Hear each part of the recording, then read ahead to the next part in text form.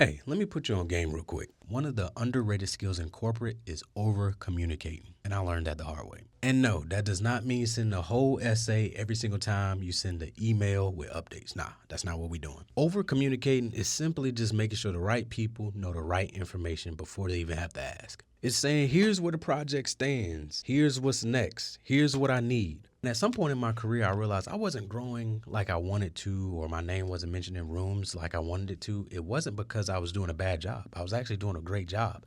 I just wasn't overly communicating. Most people aren't doing a bad job. It's just people don't know what you're doing. People don't know the job that you're doing. And it might sound like easy and crazy, right? But sometimes you got to explain things and update people so they know. But the key is to over communicate, not over explain. And while I say explain, let me explain. Over explaining is when you're giving unnecessary details that don't pertain to the meat and potatoes, or why you're even giving an update, or why you're even explaining what you're trying to do. It can be long stories nobody asked for, unnecessary details, or even sometimes excuses, right? So just make sure you stick to the meat and potatoes. If you over explain, it actually makes you look less confident. So you might be asking, how do I get it right, Corey? This is what I would recommend, and this is what works for me. Number one is be proactive. Update people before they have to come to you for an update. Number two, be clear.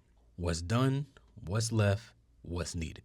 Keep that same template. And number three, which is very important, be brief. If it doesn't move the conversation, leave it out. When you do this consistently, you build trust and you look more buttoned up and polished at the same time. And this is the sweet spot you need to be in. And that's when your name starts to show up in rooms that you're not in. And that's always good when it's positive. So make sure you over communicate, not over explain.